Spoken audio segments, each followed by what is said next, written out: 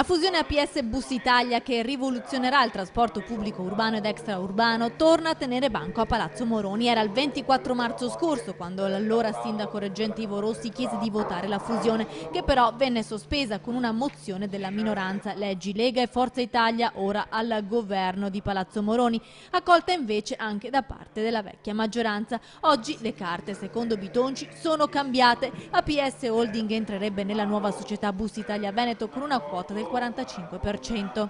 Nell'aula di Palazzo Moroni presenti alla discussione anche alcuni lavoratori che sembrano non approvare le garanzie di mobilità provinciale non regionale per almeno 6 anni. Non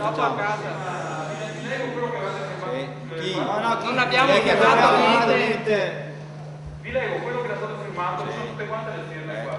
Noi nostre no. Due le mozioni sospensive presentate anche oggi, una dei consiglieri di Padova 2020 e una del Movimento 5 Stelle, entrambe respinte. In consiglio arriva anche Ivo Rossi, l'ex sindaco reggente chiamato a votare in qualità di consigliere comunale del PD che alla fine, dopo alcuni interventi, voterà insieme alla maggioranza. Fuori intanto c'è un piccolo gruppo di ragazzi dei centri sociali e un sit-in di protesta di Padova 2020. Questa fusione è fortemente peggiorativa delle qualità del servizio pubblico di trasporto a Padova.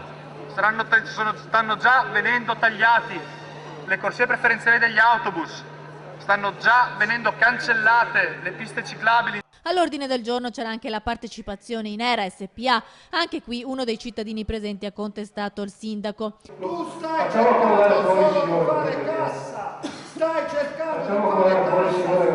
All'inizio del Consiglio Comunale, invece, il riconoscimento ai professori padovani che hanno partecipato alla realizzazione della missione spaziale Rosetta.